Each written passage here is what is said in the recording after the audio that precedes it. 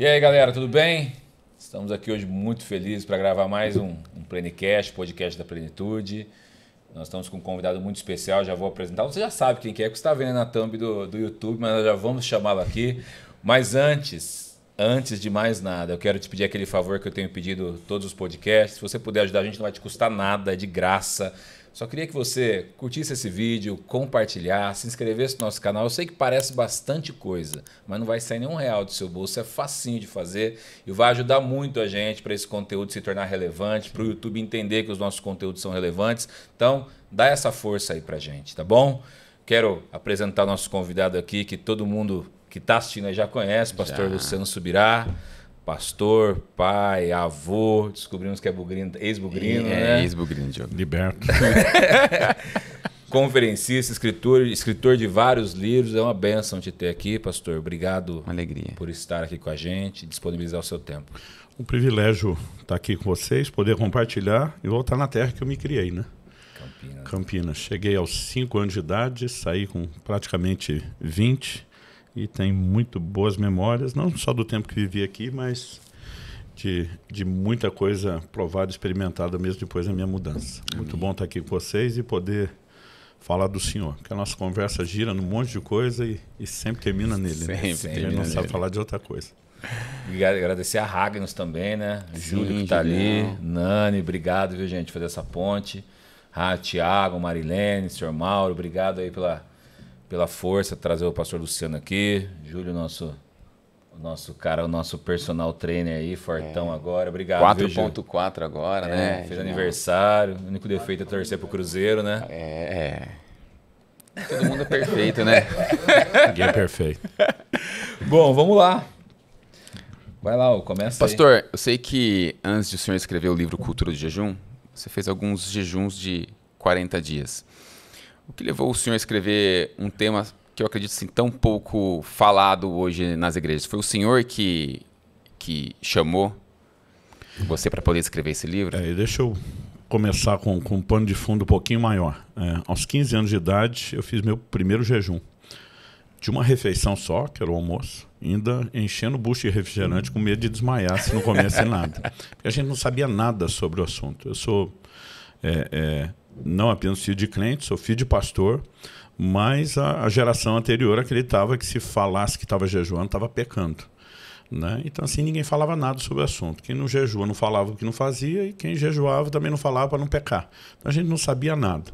Mas a gente estava intercedendo por um amigo, estava o grupo ali de adolescentes, jovens que andavam juntos, todo mundo já tinha tido uma experiência com o Espírito Santo, tinha um único no grupo que ainda não. E ele estava naquele modo assim de Deus não me ama, deu para todo mundo, não deu para mim. E a turma com medo dele desviar, alguém falou, a gente estava numa conferência de avivamento, alguém falou assim, por que a gente não jejua hoje? Para Deus batizar ele no Espírito Santo à noite, ele tem que ter um encontro, uma experiência, ele tem que enlouquecer que nem a gente. Então alguém falou, mas nós já tomamos café. Ele falou, e daí? A gente pulou o almoço. Alguém falou, mas pode jejuar a qualquer hora do dia? Ele, claro. Aí ele mesmo que falou, o Claro falou, eu acho que sim. Tipo assim, ninguém sabia nada, coisa nenhuma. Mas e aí, a gente só não come? Não, a Bíblia diz que é jejum e oração. Então, a gente não vai comer com o pessoal, a gente usa todo o horário da refeição para ficar intercedendo por ele e tal. E alguém falou, mas não desmaia? Aí já não sei. Aí nessa um outro falou, então vamos pelo menos tomar o refrigerante, botar uma glicose para dentro. Ninguém sabia nada. Então nós fizemos aquele jejum de uma refeição só, regado a muito refrigerante.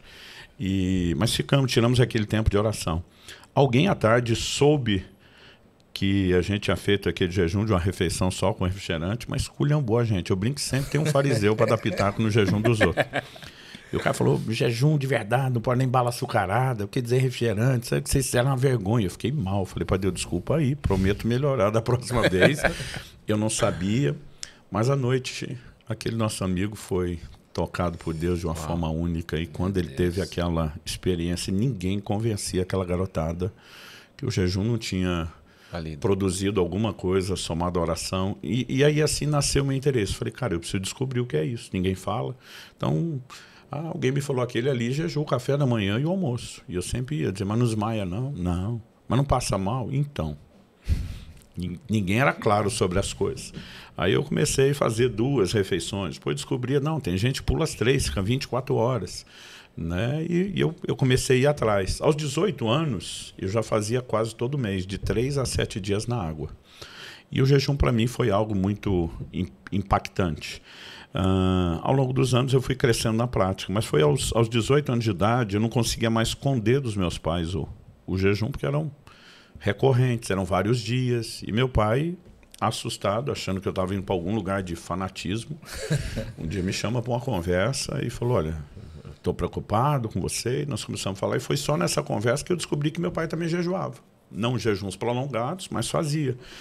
E eu sabia de um único jejum, uma vez por ano, que a denominação fazia por avivamento no Brasil. Então, assim, ninguém explicava o que era, o que não comia, quanto tempo, mas pelo menos aquele eu sabia que tinha. Então, não posso dizer assim que eu nunca sonhei que meu pai fazia, mas pelo menos aquele 1 por ano. Sim. E nessa conversa eu lembro que eu falei para meu pai assim, falei, mas pai, eu estou tentando aprender com os outros, os de fora. O senhor, além de ser meu pai, é meu pastor. Jejum e eu não sei. E ele falou assim, Jesus mandou não contar para os outros. Quando ele falou isso, eu olhei para ele e falei, como é que é? Meu pai era um estudioso de Bíblia, assim, ele era fora da curva, ele acho que era mente de gênio. Né? Ele nunca teve muito estudo formal, mas assim, ele lia a Vulgata no latim, a Septuaginta no grego, o original hebraico. Meu pai estudava de tudo, ele sempre foi um autodidata, e era de uma mente assim que às vezes a gente tinha que dizer devagar, né, para a gente conseguir acompanhar seu raciocínio. Então meu pai era um ensinador e um debatedor de Bíblia nível elevado. A gente passava um aperto para discutir Bíblia com ele. Mas nesse dia eu falei, pai, com todo respeito, Jesus nunca falou isso. Como não? Eu falei, Jesus ia falar para a gente fazer alguma coisa que ele não fez? Ele, o que você está falando? Eu falei, Jesus mandaria a gente não contar sobre jejum com ele contando? O que você está falando dele contando? Eu falei, pai, ele estava sozinho no deserto. Como é que nós sabemos que ele jejuou? Eu lembro até hoje da cara do meu pai. Tipo assim, não pensei nisso, ele começou a rir. Eu falei, quem que o senhor acha que vazou a notícia? Aí eu falei, a liderança de Jesus era baseada no exemplo. Ele disse para os discípulos na hora do lavar pés, eu vos dei exemplo para que, como eu fiz, vocês façam. O senhor acha que deve ficar escondendo uma vez que ele esperava que fazia? Eu falei, quando ele fala não tocar trombeta, não é esconder. Aliás, antes, Mateus 6, que é o texto que o senhor está citando, em Mateus 5,16, ele diz lá, brilha a vossa luz diante dos homens. E eu comecei a argumentar com meu pai. E um bom argumento para ele resolver as coisas. Eu falei, olha, o mesmo argumento é usado para a esmola, vamos deixar o jejum de lado. Mas em 1 Timóteo, quando o apóstolo Paulo está falando de qual viúva ia ser relacionado na lista de ajuda da igreja, ele disse que tinha que ter testemunho de boas obras. Falei, se ela tivesse feito toda a esmola escondida, ela não entrava na lista. E aí ele, puxa, é mesmo. Falei, o texto está falando de se vangloriar. Eu falei, quem jejua já não fala porque não faz. Quem jejua não conta para não pecar, como é que nós vamos aprender? Então, assim, aquilo me deixava indignado, porque esse silêncio. E eu fui abençoado por pessoas que falaram. Um dos melhores livros que eu li sobre jejum na minha vida foi um livro da Valnice Milhomes, Jejum e a Redenção do Brasil. E ela foi uma das primeiras que conheci que fazia jejum prolongado. Então, ela falava um pouco a respeito do assunto, um pouco não, comparado ao que ninguém falava, ela era quem falava bastante.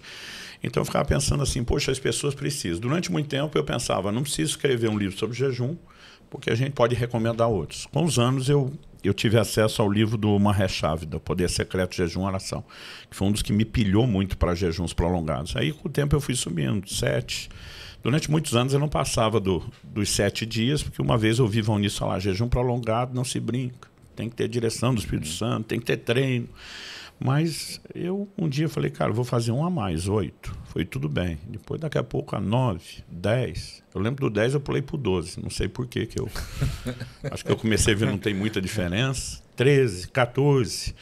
E aí, ao longo dos anos, eu fiz alguns desses de 2 semanas. Em 2008, isso é uma outra história para falar de como nasceu o Até Que Nada Mais Importe, eu resolvi fazer um de 3 semanas. E também foi uma experiência muito boa. Eu comecei a perceber que, na verdade, depois de 7 dias não mudava muita coisa. Eu tinha um sonho de fazer um de 40 na vida. Era assim, puxa, eu quero uma vez chegar lá. Consegui fazer. E não pensava nada além disso. Em 2018, Deus me chamou para fazer o primeiro de 40 e foi uma experiência revolucionária. Em 2019, eu fiz o segundo. Mas eu só escrevi o livro no início de janeiro de 22. Eu escrevi um livro sobre jejum em jejum. Foi assim, comecei no primeiro dia, terminei as últimas linhas do último capítulo, no 40º dia. Eu realmente tive essa experiência de escrever um livro sobre jejum em jejum. Vivendo aqui mesmo. Mas depois disso, quando eu escrevi, era o terceiro. Depois disso, eu passei... Eu falo, pessoal, olha, depois de pelo menos uns 2, você perde o medo e pega o gosto. Eu falei para Deus, o senhor não precisa me pedir mais. Se o senhor, minha mulher ou meu médico não me pararem, eu vou fazer um por semestre. Então, comecei a fazer um prolongado por semestre e tem sido uma experiência incrível. Mas, ano passado, eu tive uma conversa com o Hernandes Dias Lopes. Ele falou assim, Subirá, acho que você é uma das pessoas que eu conheço que mais jejua. O que te levou a essa insistência, essa paixão, essa frequência? E eu falei para ele, pastor, lá atrás, se o senhor me perguntasse isso, minha resposta seria o anseio pelo sobrenatural. Eu não queria um ministério com resultado baseado só na força do braço, eu queria ver o mover de Deus. E eu posso te dizer que o jejum, somado à oração, a outras disciplinas, me ajudou a romper. Mas eu falei para ele, eu acho que na última década e meia, minha cabeça e o meu entendimento mudaram. Então hoje para mim o sobrenatural é efeito colateral, é mera consequência. Falei, hoje o que mais me move é isso, é a capacidade de perceber os deleites espirituais. Isso para mim, principalmente depois dos prolongados, foi a grande virada do jejum, foi ficando cada vez mais claro. Eu não sei se por praticar com mais intensidade, se por entender, mas assim, os anos foram passando e isso foi ficando claro. Eu lembro quando eu toquei no assunto, ele falou, me fala mais sobre isso. Eu falei, olha, para te explicar algo espiritual, vou usar um exemplo natural. As pessoas dizem que água não tem gosto. Falei, quem faz jejum prolongado discorda, porque o paladar fica com uma sensibilidade absurda. Então tem hora que eu provo lá uma água, eu já sinto que o pH é mais alto, a água quando ela é mais salobra. Né? Às vezes eu sinto um gosto metálico. Você pega a garrafa, a composição mineral é diferente, acima da média. E tem lugares, eu viajo o Brasil todo, tem lugares que eu vou e eu tenho dificuldade de beber água, porque o gosto fica muito diferente. Acentuado. E meu médico, doutor Aldo, que me acompanha, ele fica no pé, ó, tem que hidratar, preferência água de qualidade. Se o pH não for bom, a gente tem um conselho que é colocar o limão, que melhora o pH da água e do sangue, e o limão também, quando você pinga as gotinhas, ele ajuda esse problema do gosto, porque às vezes a água não está descendo. Então eu falei, olha, eu estava numa reunião com pastores, uma conferência, fomos para o almoço, eu tomava pro hotel, subir. Eu falei, não, eu vou com vocês vão continuar falando de Bíblia, testemunho. Eu falei, não preocupa comigo, não me incomoda estar na mesa, eu quero estar junto. E eu brinquei com eles assim, falei, e hoje vai ser um banquete. Camila, qual é um banquete? Você está em jejum. Eu falei, água com gás com limão espremido. Então, quando eu cheguei lá, eu pedi pro garçom o limão espremido. Mas normalmente eles dão um copinho pequeno com o sumo de um limão. Esse cara trouxe um copo maior cheio. Quando eu li uma limonada. Primeira coisa que eu pensei, eu falei, isso é limonada, não é limão. Mas a cor estava mais escura. Mas eu, na dúvida, eu peguei e dei uma provadinha. Porque se você ingerir um pouquinho mais de glicose do que a média, você pode quebrar a cetose, que é um processo do jejum que te poupa de fome. A gente fala de jejum há 40 dias, o povo acha que é impossível. E eu falo, gente, não incentivo ninguém a começar nada ousado, mas não é tão complexo quanto parece. Você, na verdade, troca um alimento externo por um interno. Você passa a viver de reserva de gordura. Então você não tem fome. Depois de 3 dias não tem mais fome. Mas aí eu dei aquela provadinha e senti doce. Aí eu chamei o garçom, falei, amigo, acho que você não entendeu, eu só queria o suco do limão e não a limonada. Eu falei, não, mas isso é o suco do limão. Eu falei, impossível, tá doce. Ele olhou para mim e falou, impossível, digo eu. Eu vi o cara da cozinha experimentando só limão aí. Aí eu pensei, tô doido, peguei e provei de novo. Provei a segunda vez, falei, tá doce, ele não pode. Né? Quando eu provei a segunda vez e ele tá ali indignado, o pastor que tá do outro lado da mesa passou a mão no meu copo e ele deu um gole. Quando ele deu um gole, ele fez uma cara de azedo. Ele disse, pelo amor de Deus, Subirá, esse negócio tem nada de doce, isso aqui é limão puro. Aí eu pensei, eu tô doido mesmo. Eu peguei de volta, dei mais um gole e falei, tá doce. Ele pegou de novo, bebeu, fez cara de azedo, falou, tá azedo. Todo mundo na mesa começou a beber para fazer o tiratema. Eu brinquei, eu quase fiquei sem limão. E foi só nessa altura do campeonato que eu lembrei, falei, é o jejum. Ou seja, eu estava percebendo a frutose, o açúcar natural do limão, que ninguém conseguia perceber. Isso já há quantos dias de jejum? Eu já devia estar em torno de perto de 20 dias, perto de 3 semanas. Aí Nessa altura do campeonato que eu lembrei, eu falei, desculpa, gente, não vou nem discutir. O limão para mim é doce, para vocês não, e fica nisso. Aí eu falei, pastor, por que eu estou te falando isso? Falei, espiritualmente falando, eu sinto que o jejum tem feito pela minha vida espiritual o que ele faz pelo meu paladar. Então tem hora que eu pego a Bíblia para ler e de repente fico me questionando, isso foi doce desse jeito? E eu é que não percebia.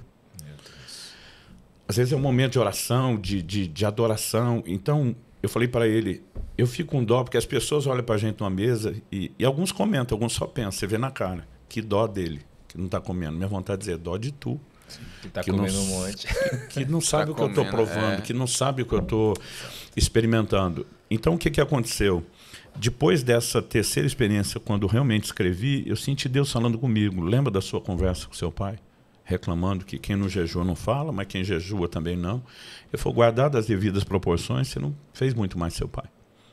Você influenciou a sua família, você influenciou a turma que estava perto, porque quem está perto vai sendo contagiado. Eu terminei um jejum agora em agosto desses, e minha mulher e meus 2 filhos me acompanharam os 40 dias. Né? Eu não chamei ninguém, mas esse negócio vai se tornando envolvente. Então, assim, nossos pastores jejuam, os discípulos jejuam. Né? E eu falo, gente, Deus pediu para mim, não estou dizendo que ninguém tem que fazer o que eu faço, mas se torna envolvente. Mas fora desse círculo, não. Então, quando Deus falou comigo, eu quero que você escreva, eu quero que você fale, eu quero que você pregue, eu quero que você oriente, eu comecei a lidar, porque o livro a turma não resiste tanto. Mas, por exemplo, eu fiz um vídeo no 40º dia de um jejum, mostrando que eu treino, me exercito e qual a razão fisiológica pela qual a gente faz isso e como isso ajuda você ter mais energia durante o jejum. Aí começa aquela confusão, pronto, agora o jejum virou reality show, né? Esqueceram o que Jesus falou, que não é para falar. Então, assim, eu decidi comprar essa briga, mesmo sabendo da crítica, por quê? Do legalismo. As pessoas não seriam despertadas sem ouvir. Sim. E eu fico impressionado. Então, eu nunca ouvi testemunho e relato de tanta gente fazendo jejum prolongado como nesse 1 ano e pouquinho aí, menos de 1 ano e meio, que a gente publicou o livro e começou a falar mais sobre isso. Mas é uma coisa assim absurda. Eu lembro da época onde, 2009, eu estive na montanha da oração do Dr. Yong Cho, e lá tinha advertências, proibido jejuar mais do que 40 dias, em coreano e em inglês. Eu fiquei chocado. Eu até então não tinha feito mais de 21. Eu conhecia 2 ou 3 pessoas que tinham feito jejuns de 40. Eu não sei te dizer hoje quantos pastores, irmãos e irmãs em Cristo que eu conheço estão fazendo jejuns de 40 dias. É uma coisa assim que está alastrando. Mas, para minha surpresa, os médicos não crentes estão recebendo melhor o livro, até mesmo do que alguns pastores. Né? Porque desde 2016, quando o Prêmio Nobel da Medicina foi para um japonês que defendeu a autofagia, o processo de limpeza que se dá dentro do jejum, foi por causa disso que veio a febre do intermitente. Né? Mas, assim, o nível de limpeza do intermitente é muito menor do que o do prolongado, que é muito maior. Então, assim, é lógico que existe contraindicações em casos específicos para o jejum. Né? Eu só faço jejum com acompanhamento médico. Um dia alguém falou, mas por que você faz isso? Eu falei, primeiro, para me proteger, que a gente não sabe tudo. Segundo, não é só proteger minha saúde. Eu falei para assim, para me proteger de vocês. Porque eu falei, pensa num lugar para ter doida nas nossas igrejas. Os crentes, o cara nunca fez um jejum de um dia, quer começar com de 40, não espiritualiza tudo. Eu falo, gente, não é assim. Tanto que assim, eu falo, pessoal, o jejum prolongado ele não é tão perigoso, mas a volta, se não for bem feita, ela pode ser complicada e até fatal. Né? Então, assim, eu tenho um amigo, ele fez 21 dias na água e terminou com um churrasco. Eu falei, cara, você tá maluco? Ele falou, velho, passei mal, que você não tem noção. Eu falei, você podia ter morrido. Você podia ter uma congestão. É algo muito sério. Então, assim, quando a gente ensina, tem que colocar os pingos nos is. Mas, para mim, tem sido uma experiência fantástica. Eu estava comentando com alguns irmãos ontem. Eu falei assim, eu fico contando ansiosamente a hora, né? Nós estamos em novembro, eu pensando, finalzinho de dezembro para começo de janeiro, começa outro. E vai dando aquela ansiedade, não ansiedade ruim, mas aquele... Expectativa, o coração vai acendendo, não vejo a hora, porque assim, não é algo tão complicado. Mas, via de regra, eu adotei o jejum como estilo de vida. Então, intermitente é quase todo dia. Né?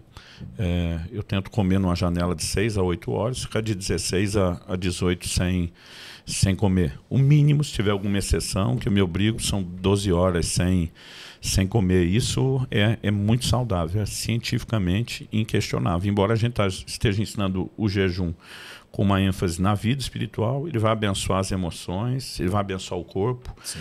Né? Meu médico pediu no último jejum agora 71 tipos de exame de sangue, antes de começar e depois, para comparar, fora outros exames. Né? Eu brinco que eu virei uma cobaia, um rato de laboratório. Acabar com seu sangue. Não, mas ele fala assim, a gente não tem oportunidade de estudar muita gente. Sim. Agora, na última vez, veio um grupo de 19 que me acompanhou. A maioria fez os 40 dias, nem todos.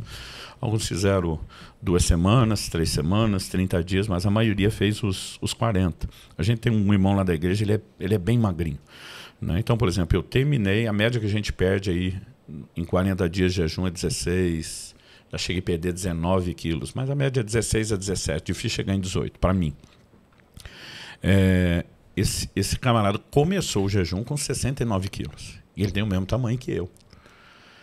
Então, assim, a gente estava preocupado. Tipo, ele tem reserva de gordura para isso. No 25º dia, pedi para o Aldrin fazer um exame. Na verdade, ele se antecipou a isso e ele estava com 7% de gordura no corpo no 25º dia. Quando chegou a última semana, ele fez outro exame, estava com 3,5 e a gente já estava querendo fazer ele interromper antes. Ele já tinha feito um de 40, mas a gente estava assim, amigo. Eu perguntei para ele se está tendo fome, porque a fome é o indicativo de que acabou a reserva de gordura. Ele falou, tem flashes, aparece e some. Eu falei, está acabando sua reserva. Ele terminou com 2,5. Né? Eu e o médico assim, monitorando ele todo dia. Ele falou, pastor, eu tenho uma convicção em Deus, meu corpo está bem. Mas assim, você olhava para ele, nem estava tão frio, cachecol, porque assim, as pessoas reagem. Então assim, tem que ser muito cuidadoso, cauteloso quando a gente fala de jejum prolongado. Estou colocando essas coisas junto, porque ao mesmo tempo que eu quero despertar todo mundo, eu quero pedir cautela. Mas tem sido uma experiência em todos os sentidos. E quando eu anuncio o livro, eu costumo dizer para as pessoas, além do benefício espiritual, emocional, para a saúde, né? Minha saúde, todos os meus marcadores nos últimos anos, os índices saudáveis subindo muito. Eu falo para a turma, só que você vai economizar de comida. já justifica o investimento do livro. E crente come, né, pastor? Gente, um médico falou uma vez isso para minha mãe. Falou, vocês não fumam, não bebem, mas come que é uma beleza. Ontem fui na casa de uma família jantar, inclusive. Ele está aqui fazendo trabalho hoje, Marcelo.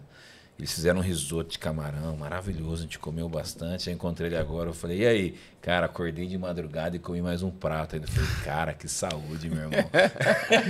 Tava bom, pelo menos, né? Pastor, e durante o jejum dos 40 dias, vamos voltar lá quando você fez o primeiro jejum.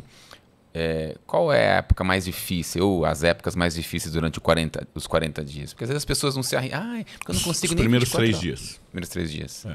Então, o pessoal fala assim, eu não consigo 24, eu consegui o resto. Eu falo, cara, é justamente a dificuldade dos primeiros 3 dias. Por quê? Tem uma série de fatores. Desintoxicação. Todo dia um cara falou, não, no jejum porque eu não tenho dor de cabeça. Eu falei, a dor de cabeça você tem a maior prova de que você precisa jejuar. Você está sofrendo num processo de limpeza. Significa que seu corpo está sobrecarregado e precisa eliminar a toxina. Eu falei, então, a diferença entre você é que com o tempo e orientação de profissionais, eu desintoxico antes. Com essa coisa de passar quase que o ano todo em jejum intermitente, eu paro de comer a qualquer hora, eu não tenho dor de cabeça. Mas antigamente eu tinha muito. E uma vez eu perguntei para um pastor que me mentoriou, ele já fazia jejuns de 30, 40 dias, quando eu estava lá nos 7 ainda. E eu falei para ele, cara, por que tem que ser tão sofrido? Ele falou assim, você já não tem a sabedoria de alimentar direito, você podia pelo menos ter inteligência de desintoxicar antes do jejum. Eu falei, o que você está falando? Ele falou, essa dor de cabeça, esse sofrimento é a limpeza do corpo. Eu falei, tem como contornar isso? Ele falou, claro. Ele falou, eu desintoxico antes. Eu falei, como? Ele falou, uma semana antes já tiro carne vermelha. A gente no sul come muita carne. E a carne vermelha é uma das coisas que mais tem toxina ali, né? Eu, pelo menos, é uma das coisas que meu corpo mais sente. Ele falou, outra coisa, vai entrar no jejum prolongado, os dias anteriores vocês têm que diminuir a alimentação. A gente, o dia antes, ia despedir em rodízio de carne, de pizza, porque pensava, vai ficar uns dias sem comer, vou aproveitar, né? Aí ele falou, você vai sofrer mais no processo de limpeza. E eu sofri, eu lembro de uma ocasião, eu estava assim, já no final do 2º dia, eu não conseguia orar. Era tanta dor de cabeça, irritação, não conseguia ler a Bíblia. Não... Aí e irritado, eu me afastava, porque eu dizia, Deus, eu quero jejuar para não pecar, eu peco mais. Mas assim, porque a gente não sabia lidar com essas questões. Então ele falou, diminui a quantidade de alimento Ele falou, eu, por exemplo, nessa semana de preparação, eu como uma vez a cada 24 horas. Eu falei, peraí, você jejua para jejuar? Ele falou, faço uma semana de jejuns quebrando, porque o corpo vai limpando mais devagar, você não sente tanto. Nessa única refeição, que é menor do que o normal, eu aumento fibras. Ele me ensinou, ele falou, faço uso de carvão vegetal. Ele falou, é bom que o médico te oriente, porque mesmo que compre sem prescrição, tem gente que tem constipação intestinal, ou tem diarreia, mas que limpa, né? Então comecei a fazer essas coisas, eu entrava já não tinha dor de cabeça. Eu descobri depois, estudando materiais de médicos, nem cristãos, que parte da dor de cabeça, da tontura também dos primeiros dias é a baixa repentina de sal, desequilíbrio eletrolítico. Né? Então eu digo para as pessoas, ó, pelo menos nos primeiros 3 dias, botar um pouco de sal na água, aquela água da salmoura da azeitona. Dificilmente a pessoa fazendo a desintoxicação e não dando esse choque da baixa repentina, ela vai ter dor de cabeça. A turma fala assim, ainda tem fome. Eu digo, é verdade, os primeiros 3 dias vai ter fome. Né? Então, na semana de preparação, o que eu faço? Eu tiro todo o carboidrato. Porque qual é a dinâmica? Nossa fonte principal de energia é a glicose. Você parou de comer a glicose, então não importa se cortou só o carboidrato, que é a fonte de glicose, ou se parou de comer tudo. Parou de entrar energia, o corpo vai para uma fonte alternativa. Glicogênio armazenado no músculo e principalmente no fígado. Essa segunda fonte ela vai durar no máximo 3 dias. Em 3 dias acabou. Aí o organismo muda a chave e ele entra na tal da cetose, que é a queima de gordura que libera o corpo cetônico. Então os médicos chamam assim. A partir do momento que você entrou em cetose, a energia ela vai melhorando, estabilizando. Né? Mas vai levar alguns dias para você sentir assim, poxa, eu tenho energia, a fome vai embora. Até o 5º dia, alguns falam que tem vontade de comer.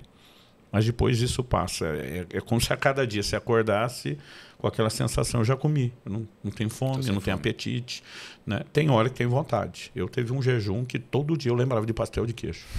Todo dia. Né? E naquela hora eu falei, cara, não preciso disso, não é meu propósito. E nem é uma coisa que eu consuma muito. Eu não sei o que aconteceu. Né? O primeiro jejum ficava falando para mim assim, eu tenho o resto da vida para comer, eu tenho o resto da vida para comer.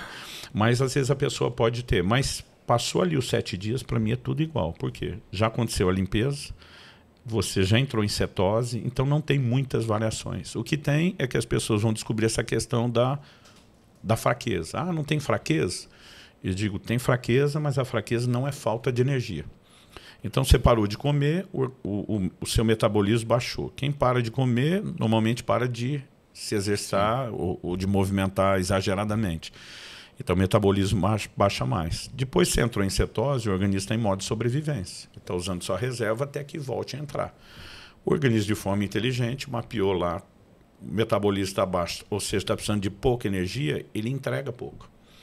Então esse é o ponto que as pessoas têm que entender. A tontura do jejum prolongado não é falta de energia, é economia.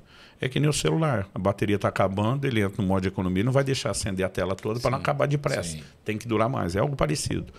Então eu li um material de um médico, que eu cito no livro do jejum, um canadense, ele tem uma clínica que trata os pacientes com jejum. Ele dizia, você tem que exercitar. Se quiser ter energia em jejum prolongado, tem que exercitar. E aí parece um paradoxo. Né? Porque assim, as pessoas falam, cara, mas você tem energia para treinar? Eu falo, não, eu tenho energia porque eu treino. Porque se eu ficar parado, o corpo vai acomodar, vai entrar no modo de economia e não me entrega energia. Então, outro dia alguém falou, agora o Subirá está pregando que a gente é obrigado a treinar. Eu falei, gente, não é isso que eu falei. Eu só estou dizendo o seguinte, se alguns de vocês que pretendem fazer jejum prolongado com frequência vão manter certas atividades, né? Outro dia, mas jejum é só retirado. Eu falei, cara, não é o que você vê com o Daniel nos 21 dias. Aliás, acredita-se que o jejum parcial provavelmente se deveu ao fato de ele estar ainda envolvido e com atividades ligadas, né, ao governo. É lógico que quando a gente tem todo o tempo para se retirar, a qualidade do jejum é melhor ainda. Mas eu não entendo essa mente extremista. Não, mas se eu não puder orar o dia inteiro no jejum. Eu falo, gente, um jejum prolongado de vários dias, você dorme. Você não está orando quando dorme? E você não vai deixar de fazer mais tempo. Então, é uma coisa extrema que eu digo, não precisa ser desse jeito. Né? O cara falou, mas quando eu estou trabalhando, eu não estou orando. Eu falei, bom, primeiro orar sem cessar Sim. Você talvez não entendeu, tem algo mais. Mas só de você orar os intervalos da reunião, do trabalho, da refeição, você pega aquilo, esse tempo, deixa entretenimento de lado quando chego em casa. Então, quer dizer, você subiu o nível de oração, mesmo que não esteja orando às 24 horas, vai fazer diferença. Mas a gente imaginou um monte de coisa que no final acaba virando desculpa para a gente não fazer o jejum. Né? Então, assim, agora, sobre exercício, eu falo, pessoal, se for fazer, começa devagar. Porque o médico explica que isso eles chamam de homeostase, é a capacidade de adaptação do corpo. Então, quando eu comecei a treinar, fiz o primeiro teste, eu já estava 8 dias em jejum. Então, eu ia começar o dia seguinte, no 9º. Meu médico falou, devagar, treino leve. Aí, o segundo dia de treino, que já era o 10º de jejum, eu subi um pouco, mas ainda abaixo. Terceiro dia de treino, que era o 11º, treinei normal, porque eu estava me sentindo bem. O 4º dia de treino, que era o 12º, era um domingo. Eu tenho 4 cultos em Curitiba. Então eu brinquei, só com os 4 cultos é uma canseira. Às vezes você termina o 4º culto, chama Jesus de genésio, né? A cabeça cansada. Aí aquele dia, depois dos 2 primeiros da manhã, eu falei, eu vou treinar. Eu treinei 2 horas. Treinei 1h30. O personal da igreja que me acompanha falou, eu vou embora, eu não vou ser parte disso.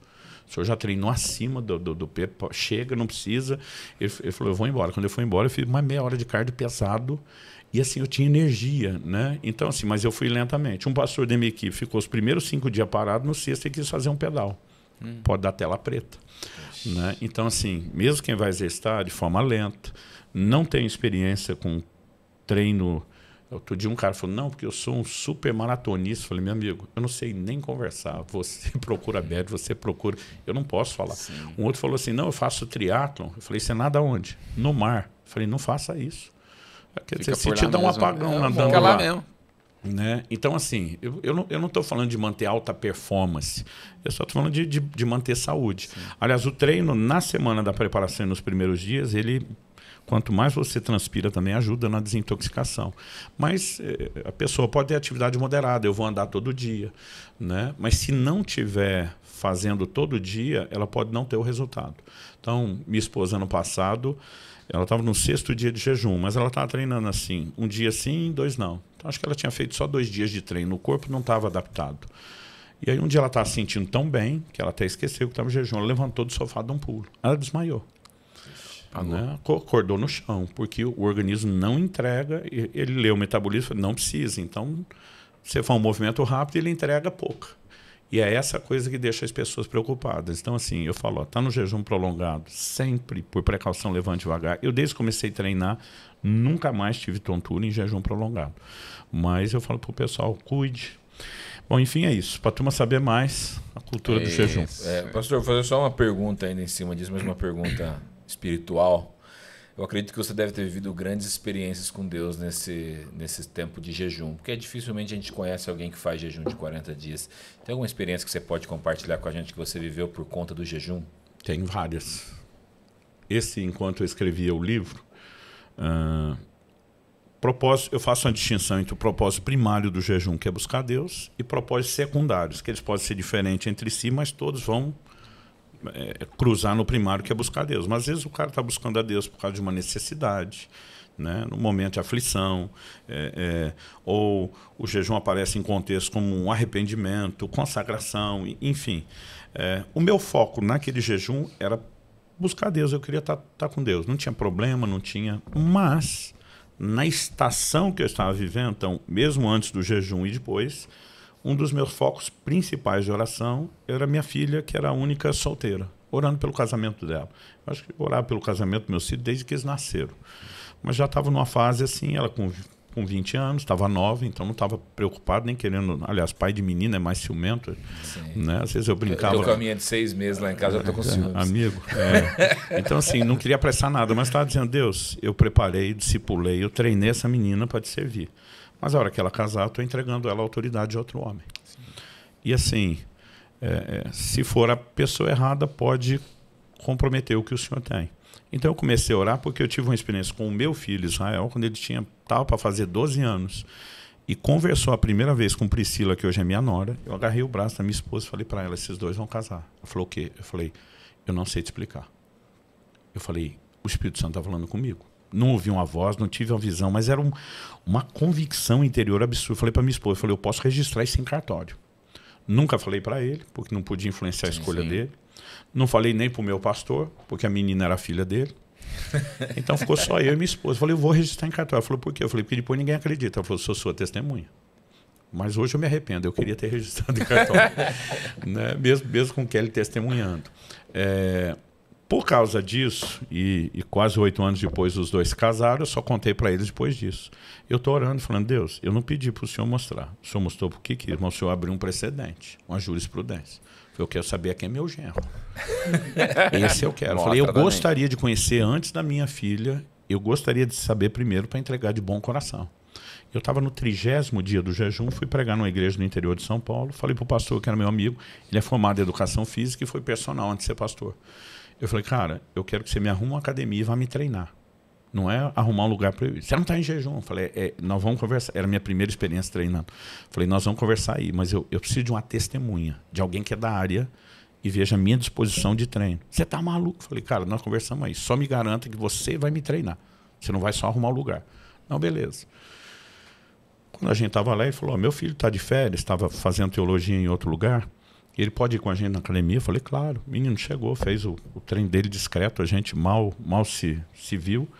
Mas depois de 1h30, ele falou, Subirá, pelo amor de Deus, vamos embora. Achei que você ia treinar 40, 50 minutos, máximo 1 hora, como se já está 1h30 de treino pesado, não precisa disso. Eu falei, não, vou fazer 1 hora de cardio. Eu andei dizendo, você está maluco? Eu falei, cara, eu estou testando o meu corpo e está sendo bom. Ele falou, não vou embora não. Ele falou, então vou deixar vocês aí, daqui 1 hora eu te busco. Aí chamou o filho e falou, mostra para o Subirá onde que é o kart, era no andar de cima. Eu fui lá, peguei um elíptico e ele pegou uma esteira do meu lado. Falou, pastor, te atrapalha se eu falar com você? Eu falei, não. E ele começou a dar um testemunho da influência que meu filho era na vida dele. Cara, nós estamos conversando. Abriu um negócio na minha frente. Eu não sei explicar. Eu falo abriu, mas assim, eu estou no mesmo lugar, não fui a lugar nenhum. Parece esses filmes de ficção científica do universo paralelo. Que ele é tudo parecido, mas você sabe que eu não consigo explicar. Eu acho que era um estado de consciência espiritual, onde eu olhava assim, é igual, mas tem algo diferente. Eu não consigo descrever. Eu ouvi Deus falar comigo de forma nítida e clara. Esse menino é o seu genro, vai casar com sua filha. Eles não se conheciam, nunca tinham se falado. E no jejum prolongado, se não tem euforia, a alma desliga, né? As emoções ficam e eu, uau, só isso. Assim, não senti ciúme, não senti uma alegria, mas não tinha euforia. Eu só ficava pensando como é que eu conto para minha esposa que ela vai surtar com a informação. Falou, vou registrar em cartório dessa vez. Oi? Falou, vou registrar em cartório dessa vez. Eu confesso que eu não pensei isso na primeira, mas eu arrumei mais testemunhas dessa vez. Aí eu contei para ela, aí eu contei para o meu filho, aí eu chamei um casal de discípulos que hoje são os que assumiram a igreja lá em Curitiba. Comecei a igreja na casa deles, o Marciano e a Adriana. Falei, levantar a plaquinha eu já sabia no fim do jogo, é fácil. Torcedor, se o time não ganhou, sai com ela enrolada. Ganhou, levanta. Eu falei, eu quero testemunhas. Eu falei, eu tenho certeza do que vai acontecer. Né? E eu falei para eles, eu sei quando ele vem a Curitiba, eu sei como isso começa. Era um negócio assim impressionante. Isso foi dia 3 de fevereiro, finalzinho do mês 27, minha filha encontrou ele a primeira vez, nem se falaram. Se viram num outro evento em outra cidade. Ela olhou para mim e falou, pai, eu vou casar com esse menino.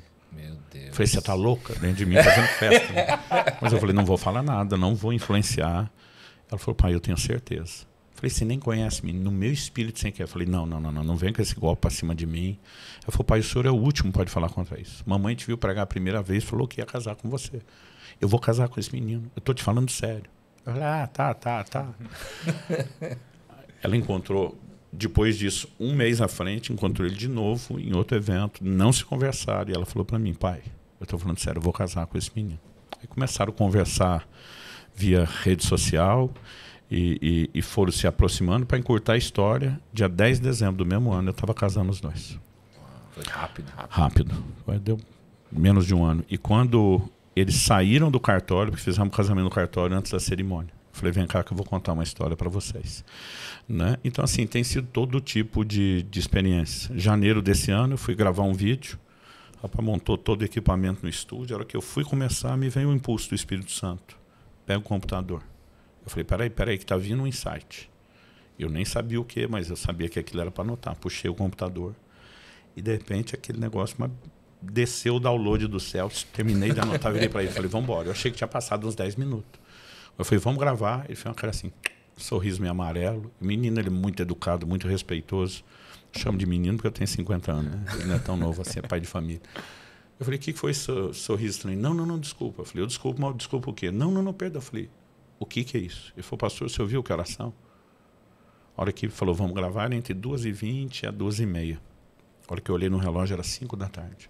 Puxa. Aquilo não cabia na cabeça. Eu falei, não. Eu puxei o celular, olhei o computador, levantei, vi o relógio dele, o celular dele, a cabeça bugada.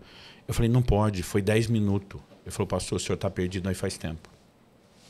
A hora que eu olhei o tanto de coisa que eu não sei, mas eu tive uma aula. Eu vou deixar só spoiler, esse é um assunto que, a hora que terminou, eu sabia que tem que virar um livro. Sobre como interpretar o Antigo Testamento à luz do Novo padrão. Eu nunca li essas coisas em lugar nenhum, mas uma aula, uma explicação. Depois você pensa, é lógico que isso não é só uma ideia, né? Mas na hora que está acontecendo, parece uma coisa tão normal. Eu brinco assim, eu nunca mais falei mal dos discípulos do Caminho de Emaús, porque a gente dizia, cara, como é que está vendo Jesus não reconhece? Mas fala assim, parece que dá uma burrice, você não questiona. Tipo assim, não, depois você, mas peraí, é lógico, não faz sentido, né? É só depois que ele desapareceu que eles se tocam. Mas na hora, sim. É quase como uma transe. Mas eu estava... Eu não posso nem dizer que foi um trampo, porque assim, eu me sentia normal com toda essa coisa. Eu só perdi a noção do tempo e não percebi o volume de informação. Quando eu fui resumir essa aula num grupo que eu tenho de pastores, a aula que eu recebi, resumindo, eu falei 1h40, eu falei, gente, foi muita informação. Né? Então, assim, tem sido experiências atrás de experiência. Agora, no mês de agosto... É difícil falar ainda. Eu estava no final de um jejum e eu pensei, cara, agora vai ser normal. Era o 38º para o 39º dia. Acordei de madrugada, fui ao banheiro, coisa que eu não gosto de acordar no meio da noite. Mas eu estava com tanto sono. Eu estava com medo de dormir em pé. Voltando para a cama, assim, eu lembro que eu pensei, cara, vou encostar a cabeça no travesseiro, 3 segundos eu durmo.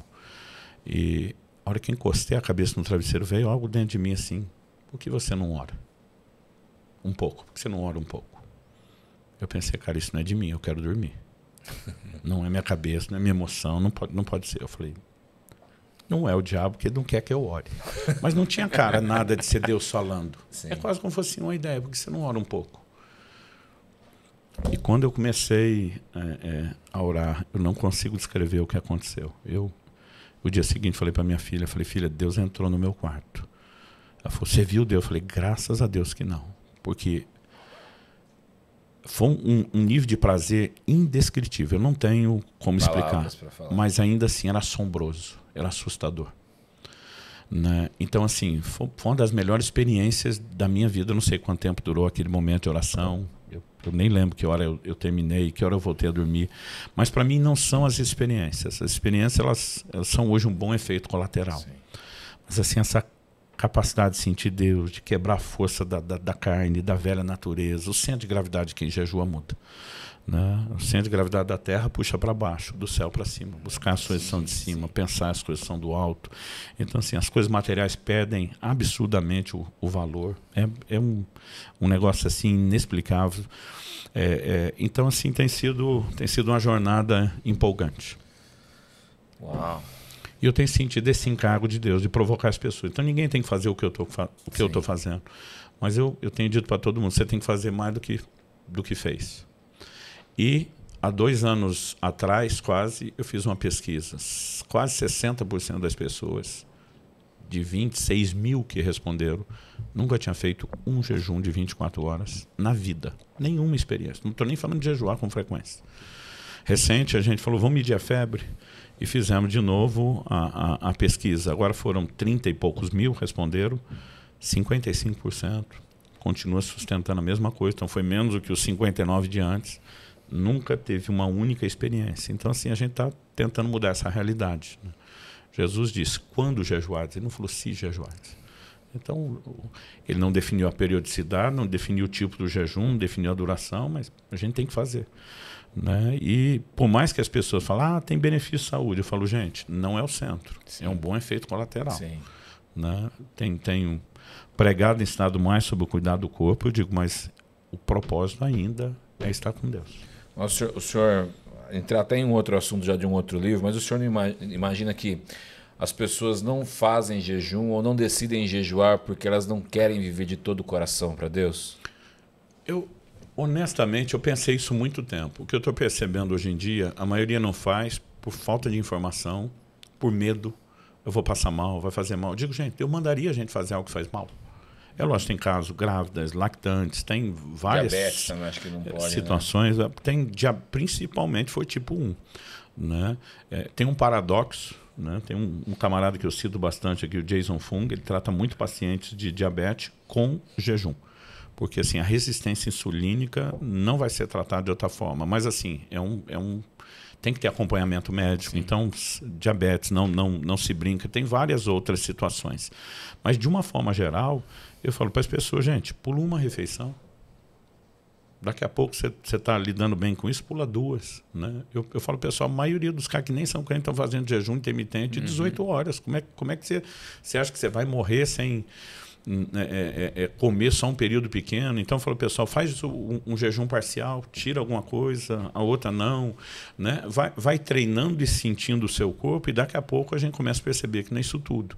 Então, hoje eu diria que muita gente é o medo, é a falta de informação. Aí outro dia um falou para mim, não, mas eu não quero ter perda de massa muscular. Eu falei, quem foi que te disse que você perde massa? E não perde? Eu falei, quem foi que disse? Não, mas não está comendo. Eu falei, cara, você não perde. Eu faço bioimpedância de todos os níveis, antes e depois do jejum. Você ganha massa muscular. Né? Um dia eu perguntei para o meu médico por que as pessoas resistem tanto ao jejum, mesmo na área médica, nutricional. Ele falou, eles confundem jejum com fome. Pesquisas. Eu falei, não, a mesma coisa. Ele falou, de jeito nenhum. Eu falei, doutor, agora eu estou perturbado.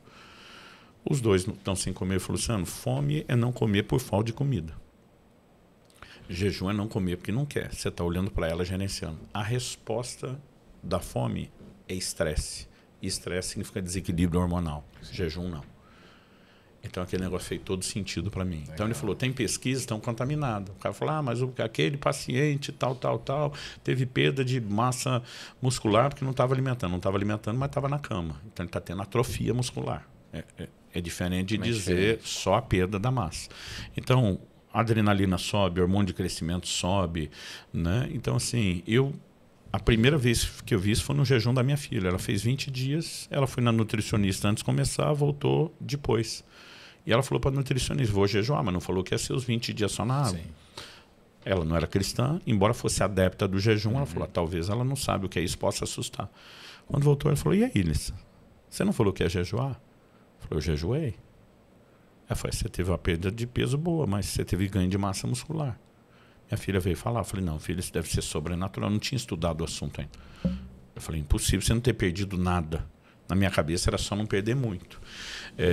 Então, na verdade, você começa a descobrir que a falta de informação, e aí depois eu fui estudar literatura, material médico, as pesquisas, você não tem perda de massa muscular. Então, eu acho que muita gente é o medo, é a falta de informação, de encorajamento.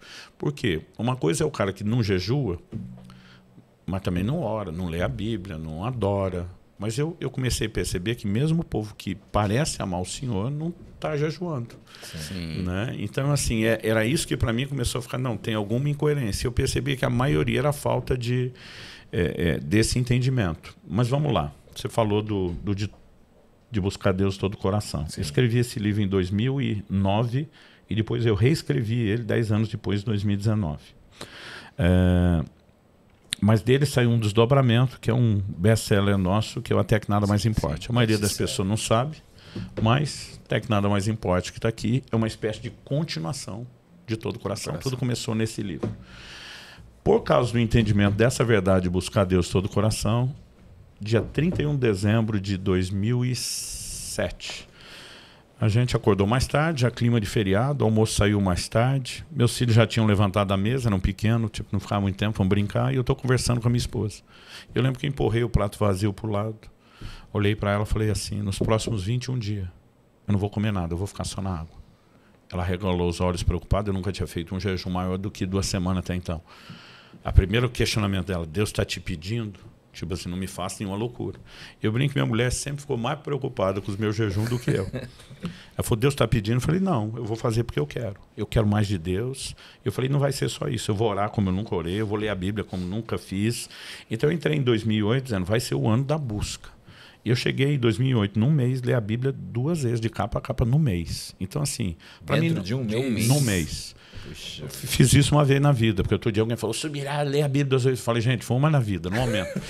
Mas, assim, era um ano que eu entrei dizendo, cara, eu quero buscar Deus. E o jejum era parte do pacote. Então, fiz os primeiros 21 dias na água e mais ou menos um mês depois, quase de eu ter terminado, em fevereiro, eu estava numa reunião com a nossa liderança, que nem era culto, a gente não tinha adoração, não tinha oferta, tinha uma oração e ia para a palavra. Enquanto alguém fazia a oração da abertura, um olha para mim, passa a mão no violão e fala uma cara de pidão com o dedinho assim, uma só, deixa eu cantar uma só. Eu já com a cara meia feia fiz uma só. Tipo, nós não estamos aqui, o foco da reunião é... Não estamos aqui para isso, o foco da reunião é outro. E ele pegou o violão e começou a dedilhar uma canção do Marcos Witt, cantava muito na época. Eu te busco, te anelo, te necessito. Até hoje nós estamos tentando entender o que aconteceu. Eu brinquei, alguém lá no céu apertou o botão que ativa o modo glória. E Deus visitou a gente naquela reunião. Foi uma coisa assim... Eu brinco, nem se a gente tivesse ensaiado ou coreografado, conseguia fazer algo tão simultâneo, de uma hora para outra, no meio daquela canção. Todo mundo desandou, não foi só chorar. Né? Ajoelhar, prostrar, deitar a cara no chão, mas não era um choro. Eu chorava assim convulsivamente, eu não conseguia nem entender porque eu estava chorando. E eu estou olhando aquilo, eu já sabia que a reunião foi para outro canto, que virou outra coisa, e eu nunca vi nada igual, nem antes, nem depois. 19 de fevereiro de 2008.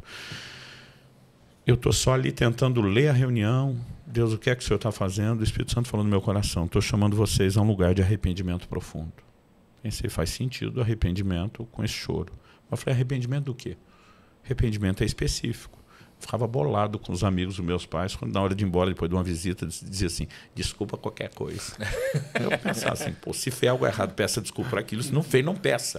Desculpa qualquer coisa. Aí eu brinquei, arrependimento não pode ser desculpa qualquer coisa. Eu falei, mas arrepender do quê?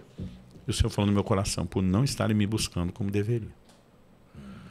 Aí me ofendeu, porque eu estava no ano da busca. E assim, é lógico que eu não verbalizei, mas o sentimento, aquele negócio veio que nem um vulcão em erupção. A vontade era gritar. Fiz o maior jejum da minha vida. Estou orando, lendo a Bíblia, feito um condenado. Se isso não está bom para você, quando é que vai estar bom? E é lógico que eu mordi a língua, eu só pensei, eu só senti, mas Deus falou o meu coração. Né? E aquilo foi muito forte. Eu falei do 19 de fevereiro, mas não lembro se o ponto e a data, isso foi 2008, né? Aí, nesse momento, o Espírito Santo falou comigo a frase que virou o tema do livro, até que nada mais importe. Ele disse, quando você chegar ao ponto onde nada, absolutamente nada, é tão importante para você como eu, você chegou onde eu quero. Ele falou, nesse momento você não está indo para lá. Ele diz, o que você está valorizando é a performance da busca. Então você está quebrando seus recordes de jejum, recorde de leitura bíblica, recorde de horas de oração. Eu falei, isso não significa que seu coração me queira mais do que antes. Aí me quebrou, me arrebentou. E aí o que acontece? A gente tem mania de extremos. Eu fiquei 10 anos sem jejum prolongado. Porque eu pensava, não vou valorizar só a performance. Isso você tinha quantos anos, 2008? Você está querendo revelar a minha idade, né? Não, a gente já sabe que é. Você falou que é 50 aqui. Eu estou com 50, 15 anos atrás, estava ali... 25. Não, 35. 35. Aí o que acontece? 10 anos se passaram, eu processei muito isso. Chega 2018, já tinha feito uma reunião com o Júlio, que queria o livro Até que Nada Mais Importe. E eu já estava começando a mexer nele, mas resolvi pregar sobre o assunto na minha igreja. Foi o primeiro lugar que eu vou pregar na minha igreja. Eu ainda estava preparando o material. E a hora que eu estava pregando na nossa igreja, eu falei, gente, a reunião foi naquela sala lá em cima, que hoje é do Ministério Infantil. Mas a hora que eu estava contando, parece que eu revivi aquela experiência na minha memória, não era lembrança só intelectual, era sentimento, era tudo. Eu me emocionei de contar o que foi aquela experiência. E na hora do meu coração, eu falei, Deus, muito obrigado. Foi uma coisa tão única. No meu coração, eu falei, muito obrigado. Eu falei, muito obrigado, o Espírito Santo falou assim comigo. O que gerou aquela experiência foi o jejum. E eu levei um susto. Eu falei, achei que não tinha valido nada. Ele falou, eu nunca disse que não valeu. Eu falei que sua motivação estava errada. Você precisava corrigi-lo. O problema não era o jejum. E eu não sei explicar. Naquela hora eu soube. Sem ouvir nenhuma voz, nenhuma visão. Eu entendi, naquela hora, no púlpito, que ele estava me chamando para o primeiro de 40 dias.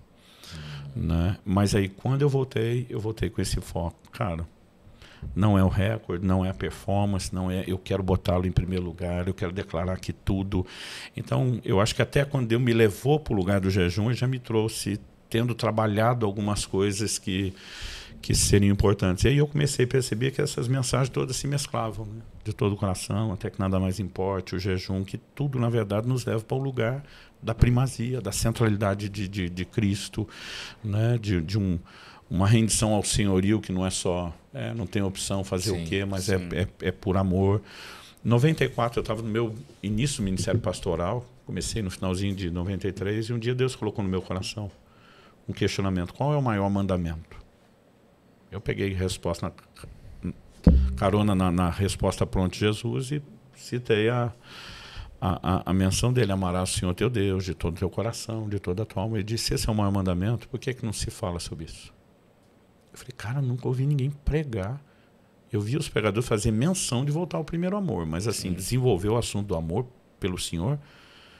E a nossa primeira reação é criticar os outros, né? Pensei, nenhum pregador falou isso, nunca ouvi ninguém. E o Espírito Santo falou comigo: você, por que é que nunca pregou sobre isso? Aí eu fiquei com vergonha. Falei: cara, naquele dia eu tomei a decisão.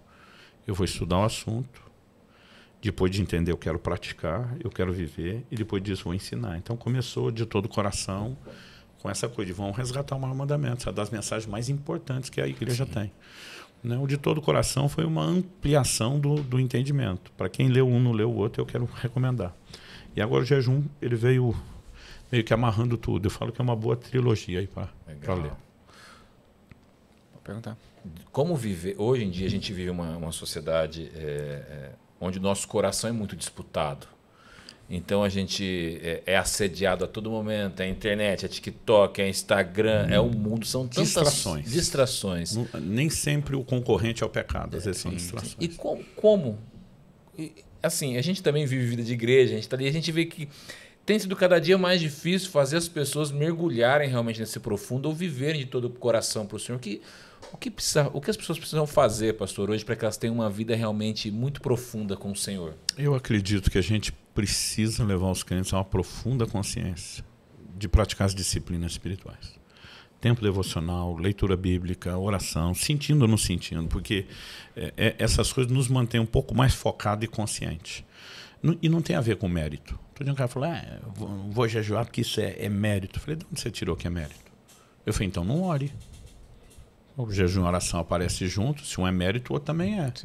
Né? Eu falei: Jesus falou o seguinte: não jejuem como os hipócritas. Então não é porque alguém está fazendo a coisa certa do jeito errado que você deixa de fazer. Eu falei: então se alguém estiver fazendo com a mentalidade de mérito, você não imita ele, faça você o certo. Todas as disciplinas, elas geram uma consciência espiritual. A leitura bíblica, o tempo de adoração, a Bíblia diz: Deus habita no meio dos louvores. Né? Paulo diz: não vos embriagueis com vinho, mas enchei-vos do Espírito. Como? Falando entre vós, salmos, hinos.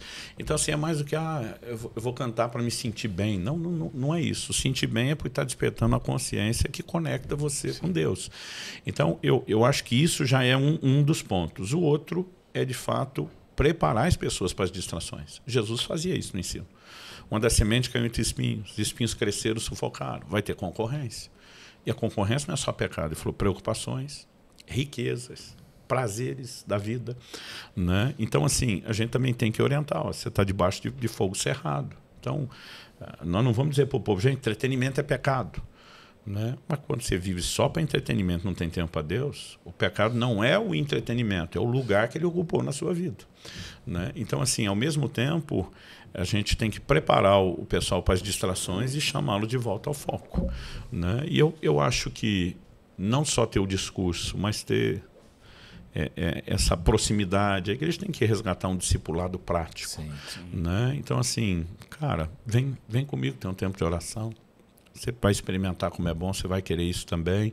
Então, há um pacote de coisas. Mas até para nós, o próprio ministério, a correria do ministério, às vezes a gente está lá tipo Marta, está trabalhando tanto para agradá-lo e não senta aos pés dele.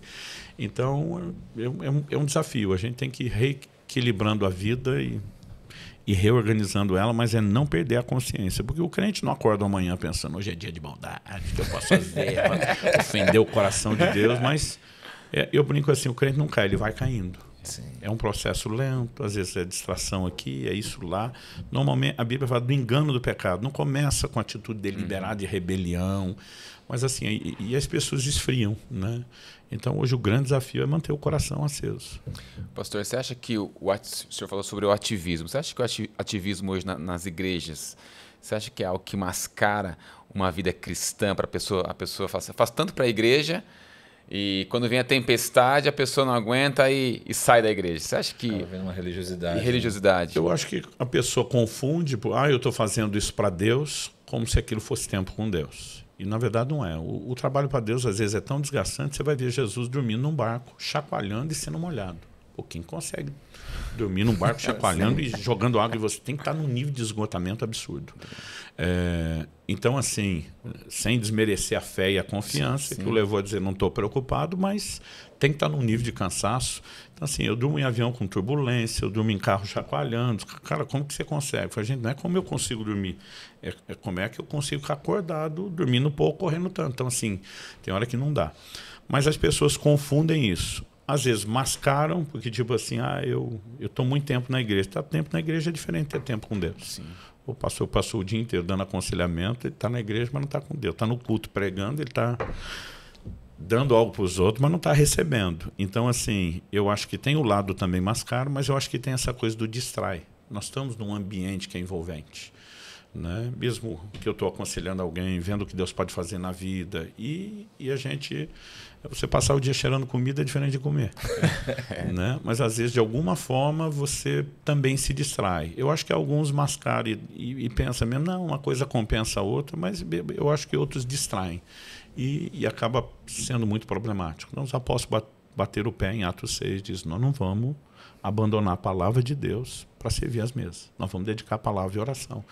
Então, assim, quando alguém vai para o ministério tempo integral, seja ordenando o pastor ou quando ele transiciona para esse nível de ministério, primeira coisa que eu falo para quem está perto, você está cheio de plano de um monte de coisa que você quer fazer. Cara, lógico, sonhei com esse dia. Eu falo, pois é, você tinha que programar a sua agenda começando do que não fazer. Sim. Se você não bloquear seu tempo com Deus, nunca mais você vai desenvolver isso. Né? Então, assim, é algo que a gente tem que lutar, é algo que a gente tem que defender. Mas tem demanda. Eu digo, tirar 1 hora para afiar o machado não é perda de tempo, porque depois você vai cortar mais lenha em menos tempo com menos força. Então, assim, você tem que entender usando a analogia de Eclesiastes. O tempo com Deus vai nos levar a resultados sobrenaturais. Tem hora que você vai gastar 2 horas no aconselhamento tentando fazer alguém entender. Sim. E quando você gastou 2 horas orando por esse cara antes, às vezes você entra, ele começa a chorar e depois pastor, o senhor falou, nunca ouvi, mas hoje eu entendi. Aí você fica olhando o que aconteceu. Né? Tem uma intervenção de Deus acontecendo, então a gente tem que defender. Mas eu acho que acaba que é um pouquinho de tudo. Quando a gente tenta dizer só isso ou só aquilo, sim, você põe o dedo na ferida de uns que vai dizer, meu problema é esse, o meu não. Então, eu prefiro atirar para todo lado e tentar pegar todo mundo. Acho que tem um pouco de distração, tem um pouco dessa coisa, estou mascarando, compensação para alguns, mas eu estou lá. Eu falei para um amigo esses dias, eu falei, cara, eu prego quase todo dia. Então, significa que eu não preciso ler a Bíblia? São coisas diferentes. Sim. Tem muitas pessoas que vivem uma vida de declínio espiritual. Poxa, você cai, depois não cair de perder a fé, mas você vive altos e baixos na sua vida espiritual. Você já viveu isso, pastor? Momentos assim que você, poxa, eu tô aqui, eu tô bombando, depois eu dou não uma caída na minha vida espiritual, mas deixo de buscar como eu deveria. Várias vezes, em diversos momentos. Então, por exemplo, já teve quando eu casei foi uma crise, porque eu, quando solteiro, eu ficava horas trancado no quarto orando todo dia. E daqui a pouco eu não posso estar casado, trancado só no quarto. Eu tenho que socializar. Até porque assim, minha esposa estudava de manhã, trabalhava à tarde, me ajudava nas coisas do ministério. Tem que ter tempo. Daqui a pouco você começa a gerenciar aquilo e não conseguir. Aí vem um filho, tem que ter tempo para o filho. Tem que ter então não eram nem só coisas ruins. Uhum. Mas no momento de tempestade emocional, a gente também se abate. Né? Eu conto isso num outro livro, escrevi O Agir Invisível de Deus, uma crise que eu tive depois de um acidente, tipo, Deus, cadê o seu cuidado? Cadê sua proteção? E quando seu coração está machucado, você não tem empolgação. Então, assim, até li a Bíblia por obrigação, tinha que pregar, mas já passei uma fase assim difícil, que aquela paixão não estava acesa. Então, todo mundo vai passar por algumas dessas questões. Mas eu falo para as pessoas, gente, nós não vivemos de sentimento. Sim. A gente vive de fé. Eu acho que um posicionamento nessa hora de dizer também eu não me dobro é importante. E entender que Deus, que conhece a nossa estrutura, também sabe que a gente vai ter altos e baixos. Salmo 139 diz, se eu subir ao céu, o Senhor está. Se eu fizer a cama no abismo, Ele está conosco nos altos e baixos. Né? A Bíblia diz que Elias era semelhante a nós. Pensa no bipolar, era o Elias. Ele era. Não é fácil a gente falar dele quando a Bíblia diz que era farinha do mesmo saco, semelhante a nós. Né? Eu acho que o que a gente só não pode é usar essa variação emocional para justificar qualquer comportamento errado, mas está sempre procurando ajustar.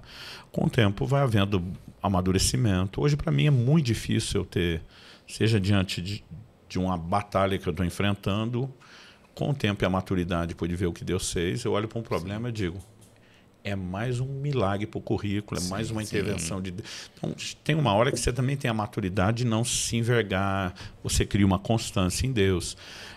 Mas já passei muitos altos e baixos, às vezes por situações difíceis que desanimavam, às vezes por estar tão empolgado com outras coisas boas que estão acontecendo, essa distração, e daqui a pouco perceber, minha vida em Deus não está tão lá em cima quanto deveria. Não estava desviado, nada disso, mas...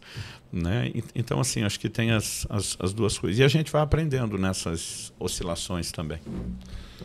Pergunta bônus? Pergunta bônus, né? Pergunta bônus é um anúncio de encerramento? Não? É, anúncio de próximo, encerramento. Chegando. Estão me mandando embora, é isso. Tô só de olho no relógio ali, ó, que eu sei que tem seu avião daqui a pouco. É verdade. Pergunta bônus. Gente, já passou esse tempo todo. Já. Passou uma hora. Pastor, cenário apocalíptico. O negócio está pegando fogo. Você tem que sair correndo da sua casa. A Bíblia já está no seu braço. Mas dá tempo, na instante, pegar 2 livros para você levar para essa nova fase. Quais seriam esses 2 livros? Gente, a resposta está limitada a uma única editora que está vigiando nós aqui ou não? Não. Essa é livre. Esse é livre. 2 livros. É uma resposta agora que você me pegou, porque quando começou o livro, eu comecei do mais importante. Mas assim, o livro que mais, tirando a Bíblia, que mais me incendiou, eu li ele mais de 20 vezes. Então, eu não sei se eu teria a preocupação de levá-lo depois dele ter me abençoado tanto ou não. Então, assim, é um livro que eu ainda preciso dele ou você quer só saber o que me... O que mais impactou, os que mais impactaram. Então vamos tirar o cenário apocalíptico. Mas eu gosto das perguntas dramáticas. Um dia um cara chegou para mim e falou assim, olha, imagine que você tem uma chance de pregar uma mensagem que vai ser transmitida via satélite para o mundo inteiro, tradução simultânea, os crentes toda da terra vão parar para te ouvir. Aí eu falei, cara, por que isso tudo? Não, qual mensagem você pregaria? Eu falei, você quer saber qual que eu acho mais importante? Porque não falou logo. Ele falou, pastor, tem que ter um drama. Então, cenário. Então, se olhar o passado e não o futuro, o livro, depois da Bíblia, que mais me impactou foi O Vinho Novo é Melhor, Robert Tom. Porque, assim, ele me provocou a querer viver o sobrenatural, a ver o mover de Deus. Eu parei de contar quantas vezes eu li na de número 17. Seguramente eu li mais de 20. Eu recomendo tanto esse livro até hoje que me pediram fazer um prefácio dele. Outro livro que me ajudou muito na área da fé foi Quarta Dimensão, do Yong Cho. Teve um papel importante. Mas, assim, honestamente, entre Quarta Dimensão e A Poder em Suas Palavras, Dom Gosset, eu boto um empate. Eu boto 2 livros em segundo lugar. Legal, pastor. E terceiro, você me pediu só 2, já botei 3, mas vou botar uma terceira classificação, que é o 4º livro. Como Ser Dirigido pelo Espírito de Deus. Kenneth Hagin. Eu nunca vi ninguém ensinar sobre o testemunho interior e a simplicidade de como Deus nos orienta como isso. Todos os meus vídeos falando sobre a liderança do Espírito Santo, eles estão entre os de maior visualização em qualquer canal, não importa se é no meu, qualquer lugar, igreja que eu preguei. Eu sinto que não é só um assunto de procura, mas que o impacto que tem as pessoas compartilham. E a maioria das pessoas, cara, ninguém fala disso. Eu falo, não é que ninguém não, a gente não conhece. Ali, a pessoa que mais me ensinou foi esse livro. Então ele consegue fazer a distinção de orientação espetacular, que é ocasional, que profecia não é para dirigir a vida de ninguém. ela tem um elemento de confirmação quando você tem uma direção de Deus.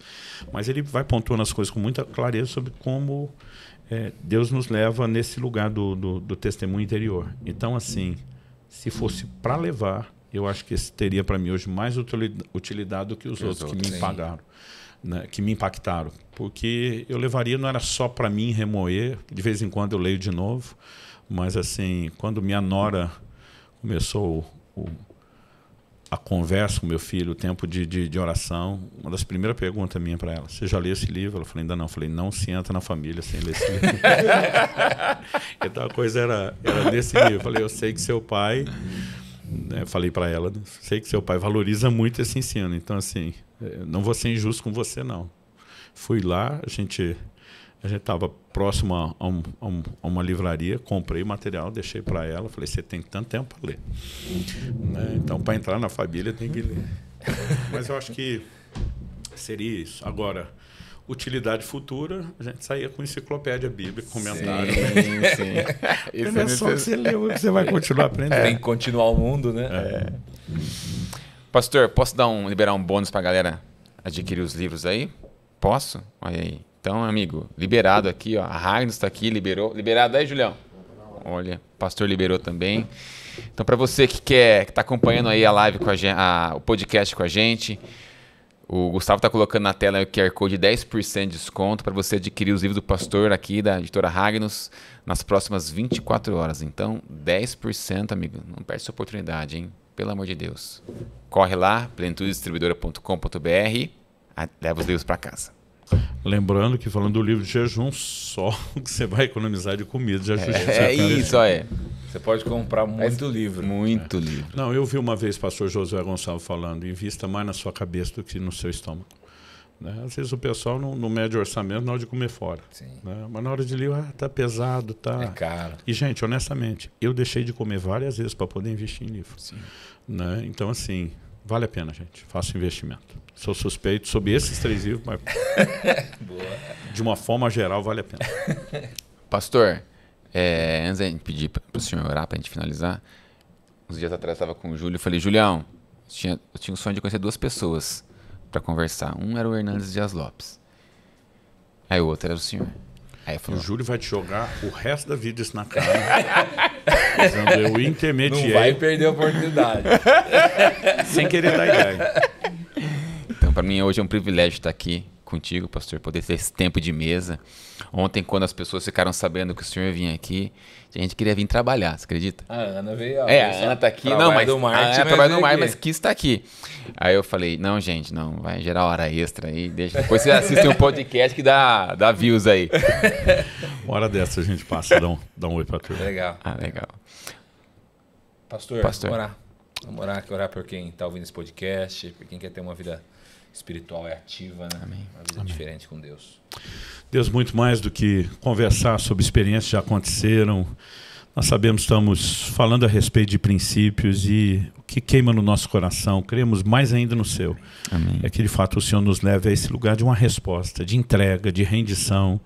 Isso não é porque o Senhor é um Deus exigente, que impõe sobre nós um alto nível de performance. Pelo contrário, o Senhor nos ama tanto, que jamais deixará de lutar para que a gente possa viver o melhor nessa relação com o Senhor. Eu oro por cada uma dessas pessoas que nos acompanharam ao longo dessa conversa.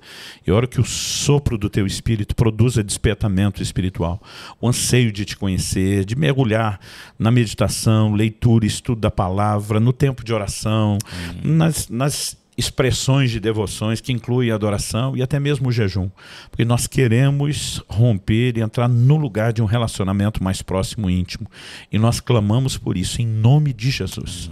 Oramos, ó Deus, que o Senhor possa tocar toda forma de necessidade, mas de maneira específica, que o relacionamento com o Senhor possa ser despertado, turbinado, elevado a um novo nível. Amém. Nós oramos em nome de Jesus. Amém. Amém. Pastor, muito obrigado, meu amigo. Foi uma benção. Amém. Valeu aí, galera. Poxa vida, olha que conteúdo legal, que benção poder aprender tanta coisa assim em 1 hora e 10 minutos. Não é pouco tempo, e vai ser 1 hora e 10 minutos que você pode compartilhar com outras pessoas e que vai ser precioso na vida delas também. Então, Usa aí seu dedo aí, o seu mouse, compartilha, manda pra galera aí que você conhece no WhatsApp, nas suas mídias sociais aí, que vai ser uma benção. Lembrando também que os nossos podcasts estão em todas as plataformas aí digitais, Spotify, Deezer. Google Podcasts. Então você também pode ouvir no carro, quando você estiver dirigindo, na academia, treinando. Então aproveita lá. Obrigado, Deus te abençoe. Até mais. Tchau, tchau.